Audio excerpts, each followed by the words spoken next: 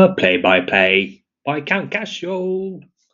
The basics for AdMech is that you want extra row to be on the high ground of the boss. The basics of the Screamer Killer is that it's got instinctive behavior, right? So that means that as long as there are synapse creatures close to or on the battlefield, this one will Scream Killer will operate in an intelligent manner, or more so than if it isn't. So you want to kill the synapse creatures first round. Second, the Screamer Killer will always, if you don't have the synapse creatures there, it will always attack with a spinner one. And then you got like a secondary attack after.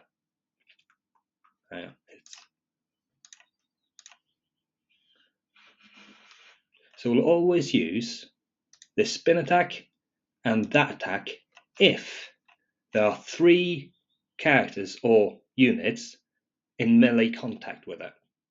So what you want, A, is to get the Screamer Killer down on low ground compared to extra row, and B, you want 3 units in melee contact at all times. That way it will always use the spin attack, which is physical damage, which does next to no damage at all to your high level characters, and then an extra normal attack, which is also physical damage. To do that, and to kill these 2 warriors off, you have to use extra row here. And he can dash up here for 4 hexes and kill the warrior there. You want the extra row here so that it doesn't block the movement of the Screamer Killer. I've seen one replay where a maxed extra row did not kill that warrior. That has to be like 1 in a million. I've never seen it other than that one replay. So my advice is still to do extra row on this corner, going up there and killing off that warrior. This warrior you want to kill with Tangida, because you want to get the Skitarii out as soon as possible. So you move Tangida up there, kills that warrior. It should be easy because the warrior is on low ground compared to Tangida there. That will spawn a Skitarii there. Then you move actors underneath them there, so that the next Skitarii spawns there. Yeah, and then with that, actor's activation of Tangida, you will kill this spawn here. You want to move Vitruvius. You want Vitruvius to move there, because when you move Shosil there, if you don't have Vitruvius there, then the drone will spawn on this point. When you got Vitruvius there, it will spawn on either of these 2 points. I think that one. And then Shosil will kill this Nid. That way you already have 3 summons out on turn 1. You've killed both warriors, so that Scream Killer acts on instinctive behavior, and then you just clear up the rest of the ads afterwards. So, attacking the warrior, dead. Moving Vitruvius there, so that when Shosil attacks this Nid, the drone spawns there, because you want the Scream Kill to get into this dip. So if the drone ends up in Vitruvius' spot, the Scream Killer's attack on turn 1 will kill off that drone. You don't want that, obviously. Then you move Tangida there, kill the warrior, activate Tangida again to kill that Gaunt and get another Skitarii out, and then pass turn. Now, Scream Killer will always go into that dip if you do this. It's formulaic. It always ends up that way. As long as you kill both the warriors and have three, or you have the most units around it, so he can do a spinning attack. He will always go for the most units for the spinning attack. You're good to go. It'll always go down there. So, second turn, obviously, this is important. This is where I have a tendency to just lose focus, but it is very important to keep 3 units in melee contact with Scream Killer, right? So, at the minute, you got Shosil, Vitruvius, and Exeter Row. You do not want Shosil in melee contact with Scream Killer, because then you don't spawn the drones, right? So you move Shosil away. Shosil can go up here and attack. I've moved Actors here to melee contact because I want Tangida to take care of that Barbagant and this Gaunt here.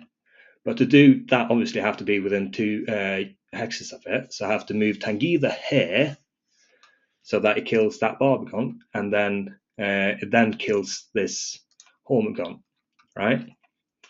And to do that, I have to have Actors in melee contact with Screaming Killer here. I'm going to have Exeter Row in melee contact with Scream Killer here. And then I keep Vitruvius in melee contact down here. Now you get a little bit more damage if you move Vitruvius away. But for the time being, since you don't want Shosil obviously in melee contact with Screaming Killer there, you have to have Vitruvius in melee contact with Screaming Killer. So I use Tangida here to kill off that Barbagant, and then you activate Actors to kill that one.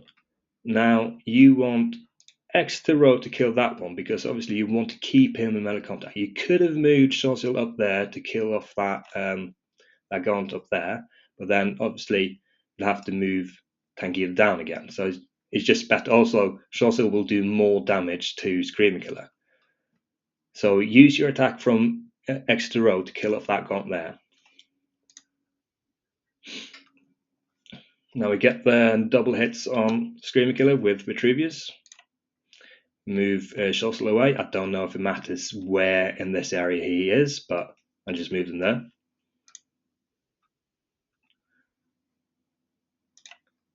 And then that doesn't matter because that Barbagant won't move. But your high level Skitarii will kill him off. Now, and this is where I made a mistake, so please don't repeat this. You want the Galatian to be here. And the reason why we've got Exeter Row in this hex, because you want Exeter Row to be here. So you sort of saved the spot there. You had to move Exeter Row from that hex to this hex so that he can dash down 4 hexes down to this spot. So we move Vitruvius because now we're going to move Tangida in melee contact here, and then also keep Actors in melee contact with the Scream Killer. You move him down there. Oh, sorry. Now, Tangida will always spawn Skitarii in a clockwise motion of, like, he starts at 12 o'clock and then it moves in this direction.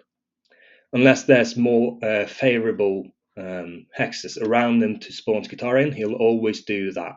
So if we had Tangida here and this hex was free, he would always spawn Skitarii there. But if that hex was taken by a drone or another Skitarii, his next hex would be there because that's the most favorable hex in the clockwise spawn system. So this is where I made a mistake. I should have had that one deploy there. I misclicked and he's trying to shoot there instead. I mucks up my entire run, because now the Skitarii will move within 2 hexes of Screamkiller, so they will take up that hex there and that hex there. These two will go there and there. And that means that there's no space for Glacian to deploy anywhere apart from down here at the very last turn. But the idea is that these two are, in the third round, still not occupying the hexes of Glacian, and you can deploy in there. Now you get the 2 drones out and then the final Skitarii out from Tangida, and then you start wailing on him.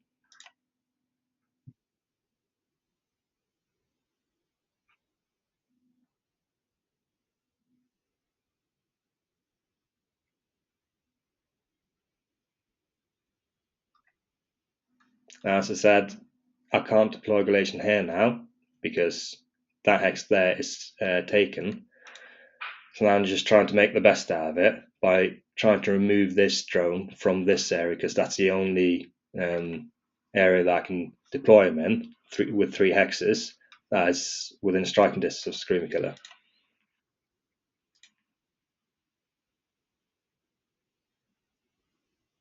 Well, there's once you got Scream Killer in this position, there's really nothing more to it. You just crash on.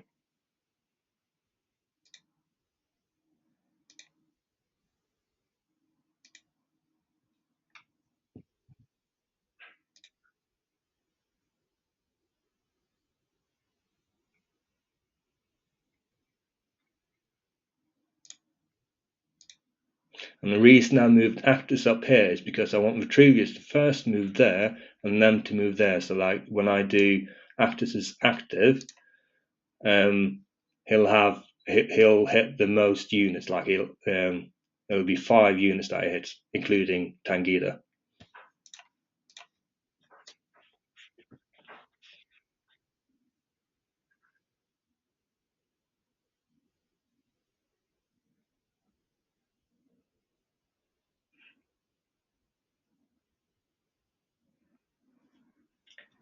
And now I've deployed Galatian down here, but it's really just a waste because he's just going to get 1 hit in on the last turn.